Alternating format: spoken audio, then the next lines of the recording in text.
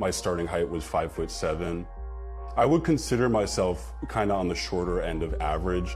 This is Alex, not his real name. He asked us to protect his privacy. He's been tormented by his height most of his life. Most people can agree that body shaming is not okay and making fun of someone's appearance is not cool, but comments about height just seem to get a pass. When I see a man that is 5'8", I'm like, look, a garden gnome. There was a time in my life where it just bothered me so much that I would wake up before my shift at work started and I would just walk around the neighborhoods near my house and just cry.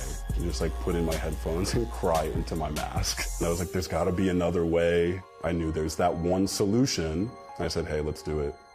Like I just got to the point where I was like, if all it is pain and money, all right.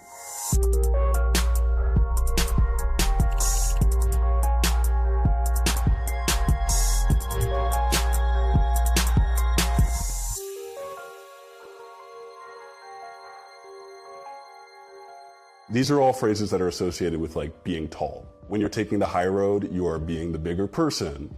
When you want to be confident, they say stand tall. Fantasy ideal man is tall, dark, and handsome. Tall drink of water. When you admire someone, you look up to them. For shorter things, you fell short of your goal. Came up short. You sold yourself short. You are talking down to someone. Don't shrink yourself. The phrase punching down. Although Starbucks flipped it because the smallest cup is called a tall. So shout out to Starbucks.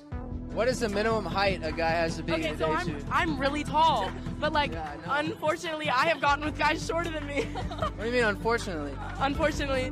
You're just not to be taken seriously or not to be respected in the same way of someone who's average height or above average height.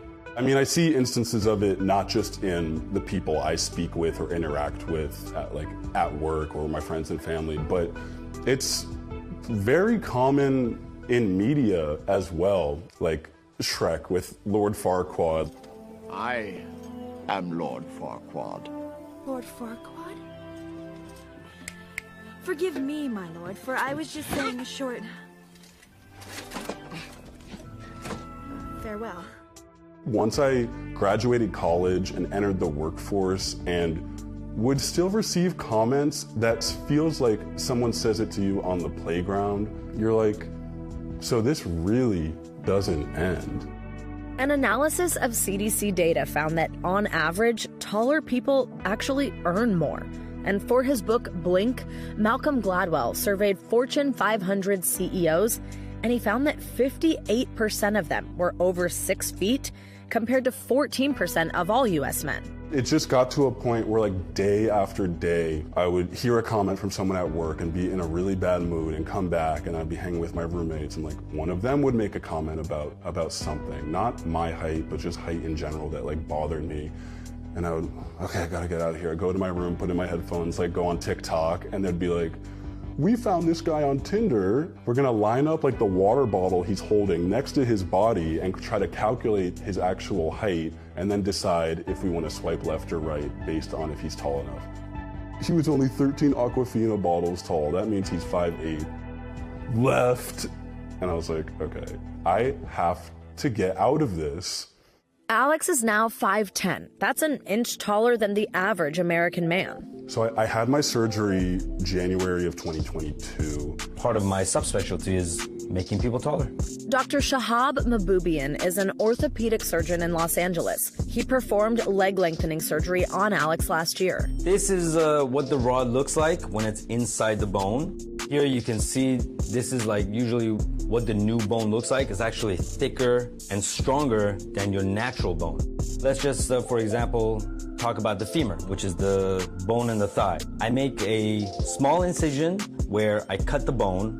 Then I put a rod from the hip down inside the bone. Then I secure the bone and the nail on the top and the bottom. The nail slowly lengthens over time using an external device called the ERC. It lengthens the nail about 1 millimeter a day and new bone forms.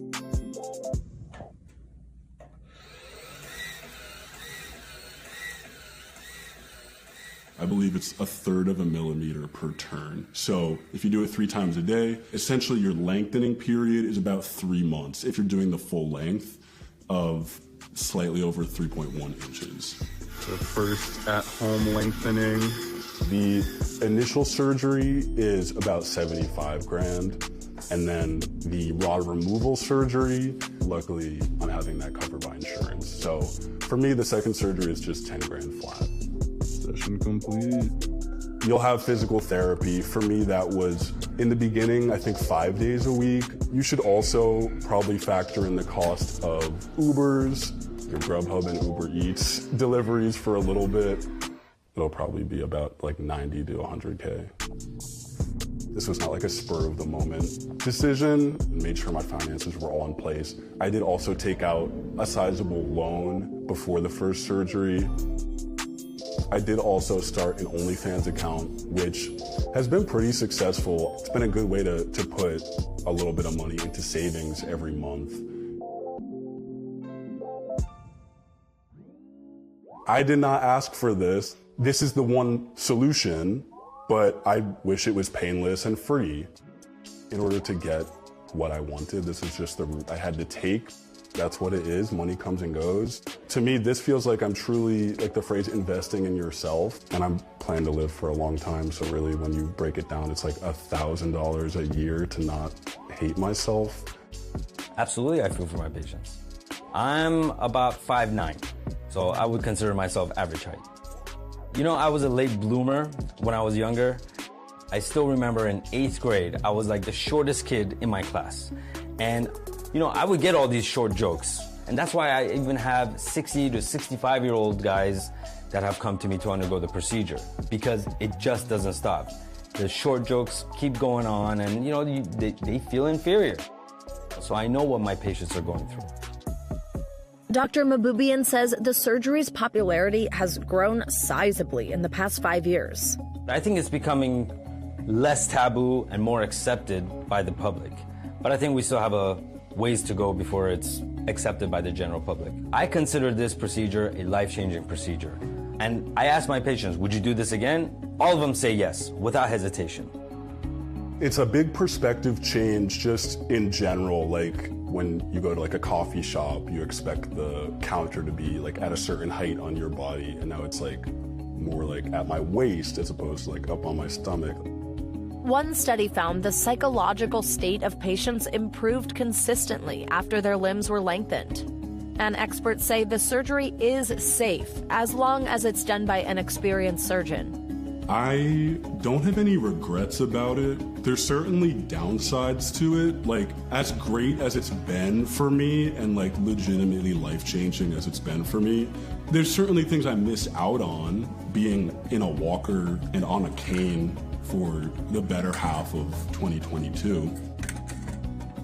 In terms of proportions, yes, like my femurs are now significantly bigger than they're like meant to be, but I don't feel insecure about it. That's the whole reason I got the surgery. So when I look at myself in the mirror now, I'm like, that's right. Like, it's like what I wanted. This morning, Alex is finally getting the rods out of his legs.